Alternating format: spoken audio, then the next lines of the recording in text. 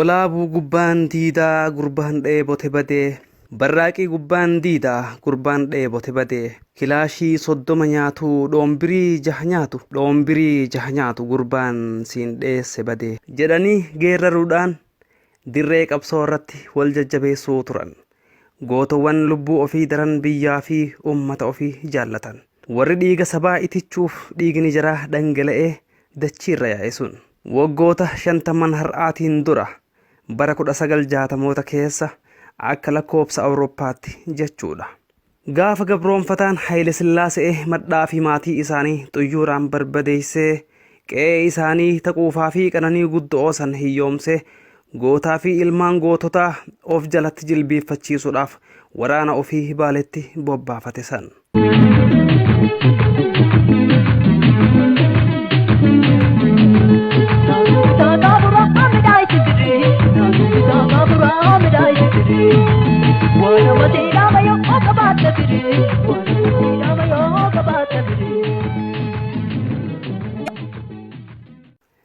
Gaafasii fi achiin durallee gammoojjiin baalee lafa quufaa tasadoon itti wal ga'e lafa gootaa tadhiiraa fi dubartiin isii waan jettee itti geeffatte. Dhugumatti gammoojjiin baalee maan'ee leenci namaatii fi bineensaallee itti wal ga'e tamaqaa fi maqoon isii illee kabajaa guddoo qabdu.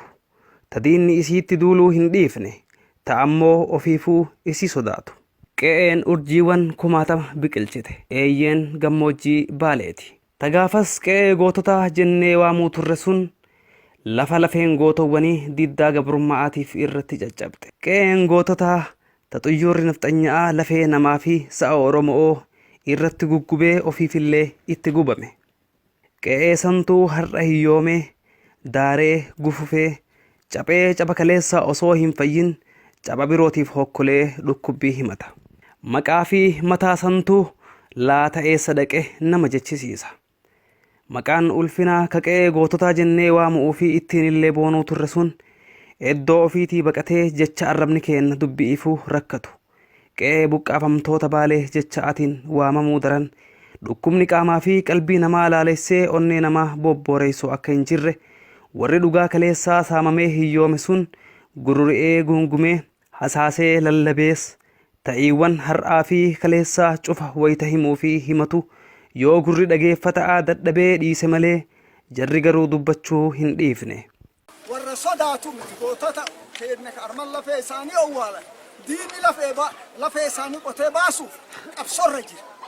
Ammoo sodaannee sani gadhiifnan jennu yeroo dur itti qabsoof karoophilaan armarra deeme ganda kan roophilaan baxaabata roophilaan 5 kalakkoobsi isaa jedhamu 21 armarra deemee ganda keenya baxaabatuutu.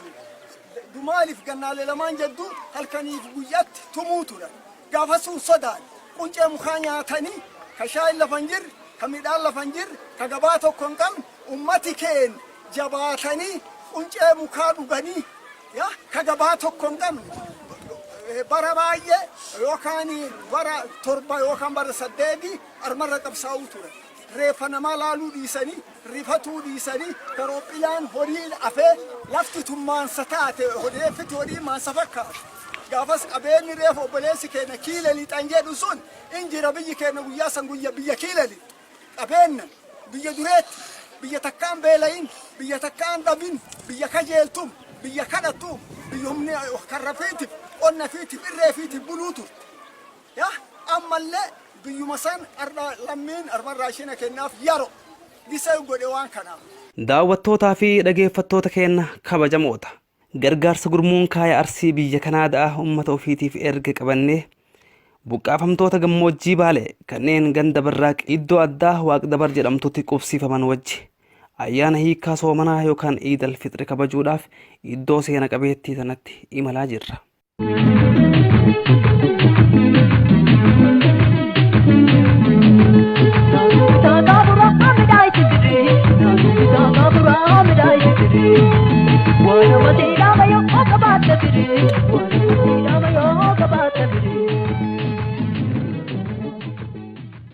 Diida yookaan raasaa barraaq bal'inaa fi teessuma diriiraa lafeessii yoo taate malee loon gaalaa fi re'ee aannan dhuganii kaleessa namarraa hafe dhadhaa baysanii micciirraa fi finiina gaafa durii keessummaa ittiin simatan.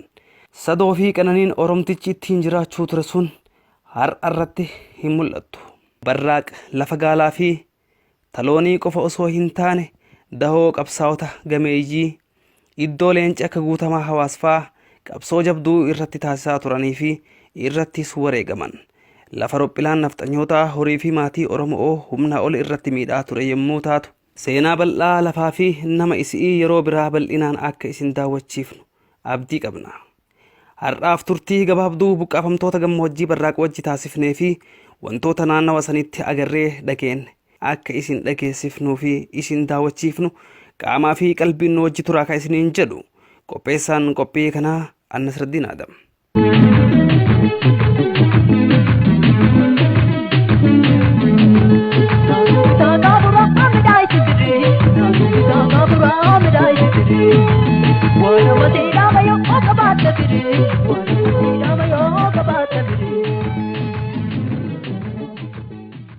Muhammad Isaaqnaa jedhama. Osoo imala deemnu waliin dhufnee waan isin itti jirtan beekuudhaaf isin gorre. Maalirra jirtan? Maal dalaguu jirtan? Waan nuti itti jirru horii hara obaafachaa jira, bishaan obaafachaa jirra. Hara tan obaafattan? Hara adii tan obaafan. Namni hoo maal dhugee jiraata? Namni illee kanuma waliin dhuga. Horima kana waliin bishaan kana dhuyna, bishaan biraan qabnu. Takkaatu namni qaamni dhufee qaama mootummaatis haa ta'u qaamoleen biraallee dhufanii bishaan qabdanii bishaan osoo isin bahee bishaan isin baafnafaa jedhanii namni isin gaafate jiraayyuu? Jiru. Takkaa namni gaafatee hin jiru. Haalli nu keessa jirru haala ulfaataadha. Gizee roobaa malee gizee bonaa bishaan argachuu hin dandeenye armee tana kaanee lafa sa'aatii 6 armaa wal mal dhaqanna. Achi waraabbannee arma galla. Horiin waan dhuguun argu, namni waan dhuguun argu. Namni ganama bahe guyyaa gara sa'aatii 6 gala jechuudha armatti. Lafti tarba qabdi, tarba hamaa qabdi. Tarba saniifuu namni deemee galuu hin danda'u. Lafa akkasii sanii ifaanyinee raffaannee horiillee obaafnee fillee dhuyna jechuudha. Gizee roobaa ammoo horima waliin hara keessa hara qabanne bishaan hara wahii qabanne san keessa horima waliin dhuyna. Addatti wanni nu qabnu hin jirtu. Boombaa wahii hin qabnu.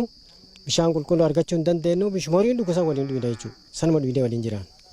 Yoo harti tunuu dhabamte hoo yoo roobni roobin maal taatan? Yoo roobni roobin weelmaluma san dhuyna malee takka bishaan biraa argachuu hin dandeenyu. Weelmala asirraa hagam fagoo? Fagoodha sa'aatii achi deemsa sa'aatii 3 achi as deemsa sa'aatii 3 sa'aatii 6 deemsifte jechuudha. Walii gala. Yoo kana dhabdan sa'a 6 deemtanii waraabbattan jechuudha. Sa'a 6 deemnee waraabbanna. Yoo rooba guyyaa meeqaatti nagana kuufama? Kuniin roobni guyyaa tokko lama uumaa nuun fidu. Lafa fooqataa lafti jajjabduu lafa jabduu. Hin dhuydu fiifuu? Fiif dhugdi. Isiyyuu hin fayyadu roobni tokko lama isiyyuu hin fayyadu. Gaafa achiin duubatti rooba 3 4 booda guyyaa tokko lama keessaa dhuganii eegas yoo itti deddeebi'ee baay'atee itti deddeebi'ee roobe hin ciisan. Yoo si horiif namni illee yoo dhuguu danda'a malee rooba tokko lamaan uumaa irraa dhuguu hin danda'an jechuudha. Hagam tura ammoo asitti kuufamee hagam takka turuu danda'a? Yoo rooba guddaa argate rooba gahaa argate torbee tokko. Yoo rooba gahaan argatan ammoo budiisi 2 3 akkanuma hagam. Bishaan kana akkamitti amantanii dhuyitanii ittiin jiraattan?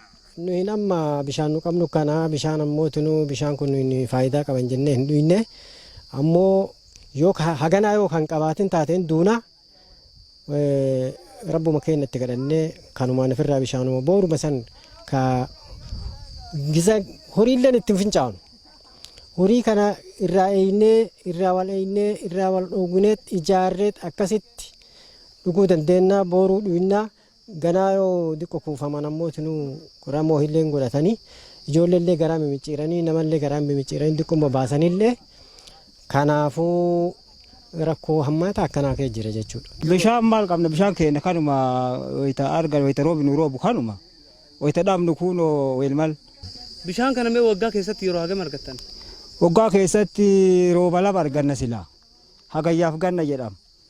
Sunuu yoo feeten oolti hageetti sunuu yoo feeten oolti yoo feeten roobi guyyaa hagayyaaf keessa amma ganna kana keessatti rooba lama roobu akka rooba 3 malee nu roobneyyuu walii galumaayyuu.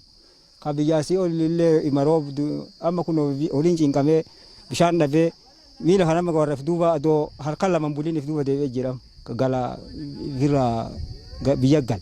Bishaan dhabanii waan takka bishaan irraa dhabanii rakkoon isii kan. Silaa bishaan qabaatanii jallisii fa'aa bishaan fa'aa osoo qabaatanii lafti tun midhaan yoo itti qotatan maal taati maal rakkoo qaba? Midhaan kana imamaa hin beeknu guddiftu yookaan midhaan kanallee waliin guddiftu midhaan horii waan isiin taatuuf. Horsiisa looniitiin jiraattan. Mee loon keessan kun maal dheedanii maal dhuganii namni loon qabu kun yoo bishaan hin qabaatiin yoo marga hin qabaatiin maaliin jiraachisa loon isaa san? Maalin jiraachisa oofaniituma haga san lafa diidati lafa hidda citaa qabdu maya horii oobruun qabdu deemanii baaluma ciratanii waa citaa buqqifatanii yoo bishaan hin dhabin ittiin du'an yoo bishaan hin dhaban bishaatti du'an isaan amma lafa tanatti. Kanaafuu mee bishaan dhabuun jireenya keessan keessatti dhiibbaa akkamii rakkoo akkamii isiniif fidde? Rakkoo guddaa nutti fidde bishaan dhabuun rakkoo guddaa amma namni asoo karaa deema dogodaannaa fi fuula fasaan itti horii hafuura itti baafadhee wayita dhufee silaa gattaa'u bishaan dhabe akkasi gara galafaa waan takka dhabe ifii lafti horiin hafuura itti fudhatu taan lafa biraan argatu asii ol lafti qoodamtee firraa namni walii qoodee fixe lafti horiin itti hafuura baafatu taan tamalee hin jirtu. Biyya walii qoodee qonnaa fixe asii ol bishaan hin qabdu waa mana barumsaa gayaa hin qabdu. Bakka yaalallee hin qabdu oddoo yaalallee hin qabdu haraa weelmalii as namni dhibame yookaan dalloo malee argatu hin danda'u. Eessa yaalchiftan namni yoo fayyaa isinirraa dhabe mee akkamii yaalchiftan ammaan tana? Maal motora irra qabannee armaa banneen yookaan weelmalii hin dhayine yookaan dalloo hin dhayina. Eessaa lafa haakimiitti argan. Ammaan tana mee addunyaan guutuun dhukkuba koronaa jedhamu yaaddooftee yaaddoo guddoo ka'ee jirti. Nama hedduu dhumuu jira. Isin waan koronaa irraa maal beektan? In dhageenya malee gurraan dhageenya malee irraan beeknu irraa haga sila biyya teenya illee hin dhufne haa ta'u ammoo bishaan kana shakkii bishaan diimataa kana ka qulqullina hin qabne kan shakkaatuma rabbi matti kadhannee fumarraa dhugna malee waa bishaan kana fi nafseen nu feetu nafsee giddima dhugna malee giddima horii arma xoofneef dhugna malee waa takka nafseen nu hin jaalattu giddima dhugan obaasa malee. Dhukkuba koronaa jedhan maal beektamee koronaan akkamitti dabruu danda'a akkamitti fa'aa ofirraa ittisuu danda'an? Akkasii firraa ittisan hin beeknu garuu in tara jedhani harkaa namaatiin tara jedhani salaaman tara jedhani kana irraa dhageenye malee hin beeknu waa'ee isaa. Agas jechuudha. Agasan eenyu isin barsiisa guma sanuu? Agasaniin dhageenya reediyoo irraa dhagaye yooma dhagahee ma dhageenya. Daawwattoota keenya kabajamoota fagoo fi dhiyoo ta'isanii warra nu daawwachaa jirtan. Magaalaa guddittii godina Baalee tan taate roobe irraa fageenya kiiloomeetira 250 imallee ammaan tana naannawa Barraaqiitti argamna. Barraaq jechuun lafa qabsooti lafa gootawwan akka guutamaa hawaasa irratti wareegaman lafa akka Qananii Magarsaa fa'aa Murattuu Dalloo warra seenaan isaanii hin dubbatamin hedduutu lafa tana irratti wareegame. Hawaasni naannawa kanaa irra jireessi isaanii horsiifataadha. Haroon na duuba agartan kun roobaan kuufame. Hawaasni naannawa kanaa ka jiraatuun haroo kana jechuudha. Rooba guyyaa muraasaatiin akkanatti ka kuufamu yommuu ta'u haroo kana waraabbachuudhaan sa'aa fi nama ofiillee obaasanii harooma kanaan jiraatan jechuu. Gaafa haroon kun irraa dhaabbate jireenyi uummata kanaa gaaga'ama kanaa daranii keessa seena jechuudha. Qaamni dhimmi kun ilaallatu uummata kanaaf furmaata akka godhu nuti dhaamsa keenya dabarsaa buqqaafamtoota Barraaqitti argaman. Iid Mubaarak jechuudhaaf gara isaaniitti imalaa jirra. Nasraddiin Adam turtiin teessan OMN hojjaa taatu.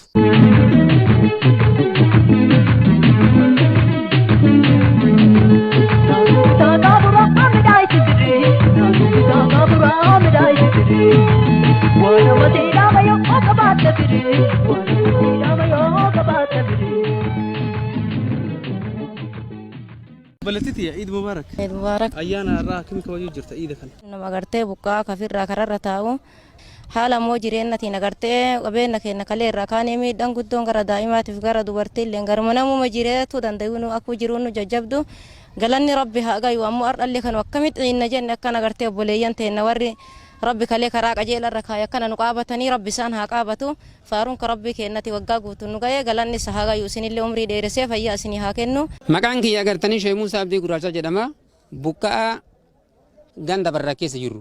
Yoo ta'u dursee ammoo tinu rabbii kee galatoonfadhaa eegas warra oomishii kan amma nu dhufe kana ka agartee rakkoo keenya fuudhee gargaarsa kana fuudhee dhufe kana arsii kana irraa fuudhee dhufe kana irra deddeebi'een galatoonfadha. Darsee ammoo tinu alhamdulillah faaruun rabbii keenyaa ka Ciidul Mubaarak guyyaa irraa kan nu ga'e faaruun ka rabbii caalamaati. Ammoo haa taatutti jireenyi nu keessa jirru jireenya agartanii jaljiraataa jechuudha. Maaliif yoo jette nuyin uummata buqqaa uummata qe'eef qabeenya ofirraa buqqa'ee nyaata hin qabne ka agartanii iddoo tana waan takka illee hin qabne ka agartanii duraan agartanii harka rabbii malee harka mootummaatiif harka lammii kennaa bicha eeggan ka tursiise haga agartanii ji'a afurii wanni takka nuun dhufne jechuudha.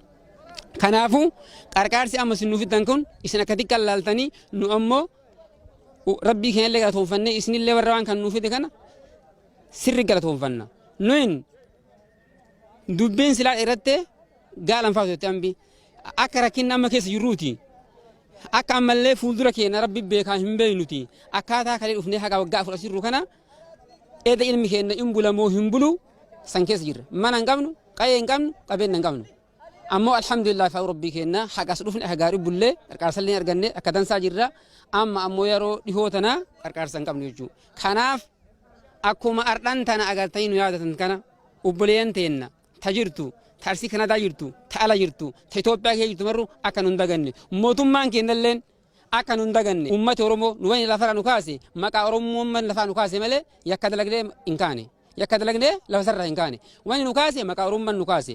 Maqaa Oromummaa san nu kaase Oromoon irraa mootu biiftuu baay'ataatee mul'atte nu ammoo yoo gaadoo akkana kana keessa teenne waan nulle tolaatii miti waan zeenaf ammallee uummata Oromooti illee tolaatii fi mootummaan keenyallee uummata Oromolleen akkaataa nu agartanii jireenya ilma namaa santi baanu akkaataa nu iddoon jirtun iddoo nagayaati iddoo agartanii Oromiyaati lafa Oromiyaa keessa jirra lafa nagayaa keessa jirra lafa badhaatuu keessa jirra iddoo san nu qufsiisanii akka nu qubannu akka namarraa baanu kana akka nu godhan mootummaan keenya akka nu beeku ummati keenya kalaaf agartee ijoollee akka nu beeku ammoo waan dhangalatoonfadhu guddisee ummata qarqaarsaa nu bee dhaabate ka ciidanu arda maal taana akkamii wal bee dhaabanna jennee asoo dhukkubni agartee koobii 19 ka agartee ummata yaaddisu kun gabaa dhaqatu nu dhoowwe wal bee dhaabatu nu dhoowwe arda akkamiin badaa guyyaa ciidaa kana mana keenyaa gabbaanii dhaabanna jennu qarqaarsa kan nu biraan gaatan galatoomaa jedha ammoo ammallee akka nu hin daganne jireenya galatoo kanatti akka nu hin dhiifne mootummaan keenya agartanii jireenya dhaabbata akka nu godhu iddoo Oromiyaa bareedduu gubbaa jirra badhaatuu gubbaa jirra nu ilma keenya guyyaa maraa iddirree yola deebifne iddoo olaa keessatti dhaabannee guyyaarraa akkuma ummati keenya kama doolaa buudheen gadee Oromiyaa tanaa deebi'e agartanii lubbuu fi dhabee duniyaa fi dhabee ammallee ifirra deebisan akka hin taane agartanii jireenya dhaabbata akka nu godhu galatoomaadha ciidul barakeedha. Salaamu alaikum. Wa alaikum salaam. Akkam jirtan? Nagaa qabna. Eid Mubarak. Eid Mubarak. Baga nagaa geettan. Amiin. Akkam ayyaana irraa kaname akkamii kabajaa jirtan? Akka gaarii. Akka gaarii isinlee warqaartanii gammachuu kabajuu jirra. Warra isin gargaare kana akkamii galateeffattamme? Qormishii haa dheeressu. Rabbi haa gammachiisu. Rabbi haa quubsu. Warra nu gargaare kana haa barakatu haa ulfaatu. Dhukkuba haa bara Rabbi irraa haa qabu. Akkana jennaan. Kanaan dura mee Eid akkamii kabajaa turtan? Horii qallee midhaan kenninee nyaachifnee akkana kabajna. Har'a hoo? Har'a mootunuu isin eeggachuu jirra waan isiniif Rabbiin gootu malee maal harkaa qabna. Midhaan hin qaban agartee gabaa hin qaban rakkoo keessa jirra. Rakkoo guddoo keessa jirra. Agartee bishaan hin dhabne karaan kasin dhuftan kana. Bishaan kun kunnoo dayyu biyyanaan kun kunnoo welmal biyyanaam gabaan nuti hin jirtu. Shaamboo jedhanii waan takka kurtaa qotachuu jirra malee maal hin jirre kurtaa qotanna. Maal dhugdanii jiraatan bishaan? Bishaan eessa argan? Olii gad deemnee soqanii dhuganii. Kan Rabbi nama nuu buusu malee eessa argan? Bishaan kayaa hin jiran. Waan Rabbi nuu buusu malee waa bishaan eelaa takka malee bishaan hin jiran eessa argan? Lafti sin agan haqa achi kaatanii goggowwee dabartan bishaan waa eegartanii kanuma bishaan hin jiran. Kun kunnoo tayyu kun kunnoo welmal hin jiran. Akkana jiraan jiruu hin qabnu. Uummata kanaaf mootummaan maal godhuu qaba? Uummanni kun akka jireenya ofiitti deebi'ee akka jiruu ofii jiraachuu danda'u mootummaan maal godhuu qaba? Maal godha qubsiisee warri bakka sitti deebisee midhaan sitti deebisee lafasii qosattee akkasii bulti. Akkanaan bulchaa hin turan kunuunan hin bulan. Uummanni kun uumma gootaraa qabu. Ka midhaan qabu ka lafa qabu. Uummata akkasiiti. Amma hiyyummaa hamtuu keessa jira. Akka jira. Eid Mubarak. Eid Mubarak. Baga nagaan Rabbi nu gahe isinillee baga Rabbi nagaan isin gahe jenna. Ayyaana kana ammootinuu haga taayitaa teennaa umma kabajna waan ammootinuu dhabni keenya harkaanu qabu malee lammii teenya duraan ammootinuu hafne jennee waan uffannu dhabnee shaara waan huccurra buufannu dhabnee manarra waan kaaynu dhabne kanaaf ammootinuu qoonqoo galgala waan feexarruun dhabnee osoo Eid Mubarak dur silaa nuffeessanii sadaqatanii dhabaa tokkotti sadaqatanii silaa jennu waan san harkaan qabne amma nurratti fiddee osoo nu ofirratti hin eegin kaqaa sabbarree irraa baane nurra fidde galatoomaa jennee baay'ee itti gammannee. Abdurrahmaan Mallimu Seewwaaqoo jedhama. Wali qabaa buqqaati. Namni kun hundaa nama kalee buqqa'ee naannoo kanatti argamu kan qotan kan horan kan inni ganne waan ta'eef tajaajilli fakkeenya fardhanne walii godhu dhiisi wanni inni walii godhuu danda'u takkallee waan hin jirreef waggaa 4-5 nama deeggarsa mootummaatiin harka namaatiin jiraataa ture waan ta'eef nama harka isaa keessaa waan qabne waan ta'eef nama harka namaa eeggatu waan ta'eef ayyaana kana badaa maal taana nu kayyachaa jiru nu kamaal hin geeggeefnenne ammoo yaaddoo guddaa nu ta'e obboloowwan keenya gurmuu KRC Kanaadaa deeggarsa ayyaana Eid al-Fitrii kanarratti arda nu dhaqqabanii nu deeggaraa jiranii isaanis galata qabanii ulfinna qabanii jazaan isaanii rabbi biraa haa ta'u jennee dursinee isaan galateeffannaa kanaafu nu ummata buqqa'e wanni isinii goonu galata isinii galchuun ara waan biraa isiniin kenninu isiniin qabdanii nu kennitanii nu arda harkaan qabnu akka dhabaa keessan arda itti qarqaartanii ayyaana kanarratti arda nu gargaartan kana ulfaadhaa galatoomaa isaaniin jechuu barbaanna. Dabri ammoo kabiraa kan dabalatuu barbaadu nuyi ummati kun eega buqqa'e waggaa 5ffaa lakkaawaa jirra.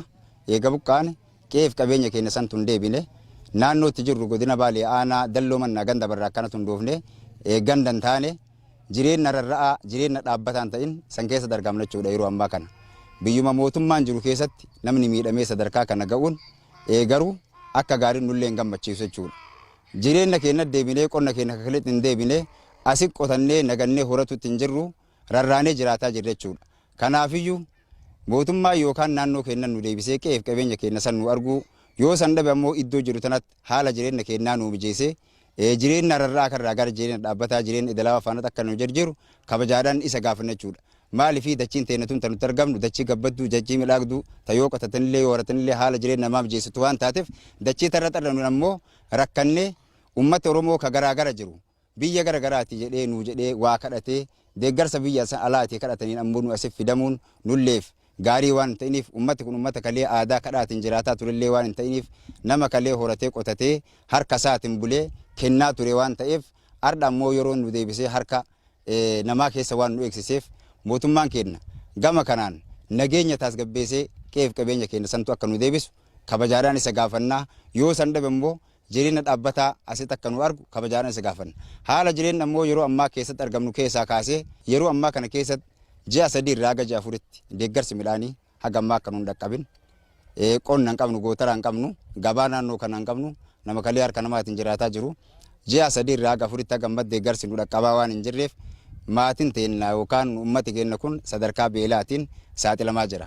Kanaafiyyuu haala yeroo ammaa kana dhibee vaayirasii COVID-19 jedhanii addunyaa guddaa yaaddisaa jiru kanaan wal qabate daandiin kalee magaalaa daandiinullee nurraa citee waan jiruuf ummati kun addunyaa koronaa yaachisee nu ammoo yeroo ammaa kana beela koronaa nu ta'e nu yaachisaa jira. Kanaafiyyuu ummata Oromoo kas jiru odoo inni dhibeen hin dhumin beelli koronaatti ta'ee akka ittiin finne ummata Oromootii fi mootummaa naannoo Oromiyaatii fi mootummaa federaalaallee dhaamsatti dabarfachuu barbaada. Muslimtoonni addunyaa kanarratti argamtan hundaanuu baga waggaa guutuu Eid al-Fitrii bara 1441 isin ga'ee jecha'a obboloowwan keenya gurmuu qarqaarsa Arsii Kanadaa kan ummata keenya buqqa'aa naannoo ganda barraaq wagdabaritti argamu kana bira dhaabbatanii yeroo akkanaa kana isaan qarqaaru irratti baay'ee gammanna. Yeroo kanatti akkuma rasuulli keenya alayhi salaatu wassalaam nu himanii dabarsanitti wal bira dhaabbatanii wal qarqaaruu akka ufii gammadanitti laafaa isaanii kufaa isaaniillee akka gammadan gochuu rasuulli nu dhaaman kana irraa qooda guddaa kana jala butamanii jecha kana hujirra oolchuudhaaf obboloowwan keenya ardha waan guddaa waan gammachuu obboloowwan keenya kanaaf ta'u ka isaaniilleef galaa guddaa isaaniif ta'u waan godhanii jiraniif baay'ee isaan galatoomfanna. Akkanatti ardhaa agartanii uummata keenya argaaf dhageettii kanaan bira dhaabbatanii harkaan bira dhaabbatanii sagaleen bira dhaabbachuun kun waan guddaa tokko galanni guddaan isin haa ga'uu jenna. Akka obboloowwan keenya irraa qooda guddaa fudhatan kanatti warri bakka hedduutti argamtan akka uummata kana bira dhaabbattanii uummata kana agartanii qarqaartan uummanni kun baay'ee kufa. Lafti tun Waaqdabar jedhamti. Lafa duraan qabeenyatti tokkoffaati horsiisee bula uummanni kuniin horiin dur lafa tanatti beekamu horii agartanii hammanaan isaan beekamu. Dabaree waaqaa jedhaniin dur Waaqdabar jechuun kun dabaree waaqaa jedhaniin maqaa gabaabsanii amma Waaqdabar jedhan malee qabeenya horiitirraa kun jedhamaa ture.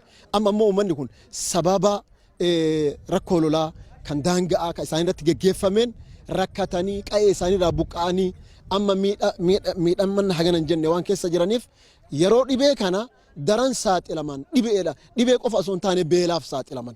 Uummanni kun amma ka isaan amma isaanii sodaataa jirru dhibee daraniyyuu dhibeen durayyuu beelaaf saaxilamanii sodaataa jirra. Kana namoo obboloowwan keenya bira dhaabbatanii isaan yaadatuun yeroo kanatti ammoo akka uummanni kun hin yaaddofne akka yaaddessa keessan gal uummata obboloowwan isaanii ka islaamaa waliin akka gammadan gochuun waan guddaa tokko haa galatoomanii jazaan isaanii jannata agartanii gaa rabbi isaan haa gammachiisuu jenna. Mahmud Abduu jedhama waajjira hoggansa sodaa balaa aanaa dalloo mannaarraa. Duraan dursoo uummata musliimaa addunyaarra jiru hundaanuyyuu baga Iidul Adfaaxiriin isiniin gahe jechuu barbaada. Itti aansuudhaan buqqaatota bira jirra akkuma ati ibsite buqqaatonni aanaa keenya jiran kunniin waggoota 5 dabraniif aanaa keenya keessa turan jechaadha. Haalli jiruu isaanii haala baay'ee gaddisiisaa fi namatti hin tolle jechuudha. Bu'aa ba'ii baay'ee keessa dabraniitiin kan as gahanii jechuudha. Ammas akkaataan isaan itti argamanii fi akkuma argaa jirru kana akkaataa iida itti isaan itti kabajaa jiran baay'ee kan namatti hin tollee fi waan garaa nama booressu kan asitti argaa jirru jechaadha. Kanaaf haalli isaan keessa jiran kana yoo ta'u arjooma amma qabeenya hagana gahu kana qaamni nuu kenne baay'ee galatoomaa jechuu barbaada. Akkuma reef isin ibsamaa ture san akkuma aanaa keenyaattu akkuma addunyaattiyyuu buqqaa miti uummanni jiraataan aanaa keenyaa jiruu fi jireenyi isaa baay'ee gadi aanaa ta'aatiin jira jechaadha. Sababa dhibee COVID-19 kanaan jiruu fi jireenyi uummata keenyaa baay'ee kan jeeqamaa jiru ta'a jechaadha. Kunis maalirraa sochiin tokkoyyuu kan jirre ta'uu isaati jechaadha. Sababa dhibee kanaa sochiin adda addaa dhoowwamee jira. Namni carraaqatee akka duraaniitti waliin jiruu fi kan fooyyeffataa kan jirre ta'uu isaati jechaadha. Buqqaan immoo akkuma beekamu dalagaa tokko hin qabu ofirraa taa'eetiin kan waan namni fiduuf kan eeggataa jiru jechaadha. Sanirratti rakkoon irratti dabalamee daran rakkoon isaanii dabalaa kan deemaa jiru ta'uu isaati wal qabate. Deeggarsi amma isaaniif taasifame kun isaaniif waan guddaadha. Aguma fedhellee xiqqaatullee taatu guddaatullee taatu isaaniif waan guddaadha. Iida kanaan wal qabatee dhufuun isaa baay'ee kan namatti toluu fi qaama deeggarsa kana nu taasise baay'ee galatoomaa jechuu barbaada jechaadha. Itti aansuudhaan carraan uummanni kun qabu fuulduratti haalli amma isaan itti jiru kun fooyya'uu fi qaba jechaadha. Mootummaanis rakkoo isaanii kana rakkoo nageenyaatiin wal qabatee iddoo irraa buqqa'anitti yookaan deebisee nageenya isaanii achitti kabachiisee deebisuu fi waan tokko yoo sunillee ta'uu baate akkaataa asitti jiruuf jireenyi isaanii fooyyahee fi jireenya dhaabbatoo asitti akka jalqaban haalli osoo mijatee fi gaariidha jechuu barbaada.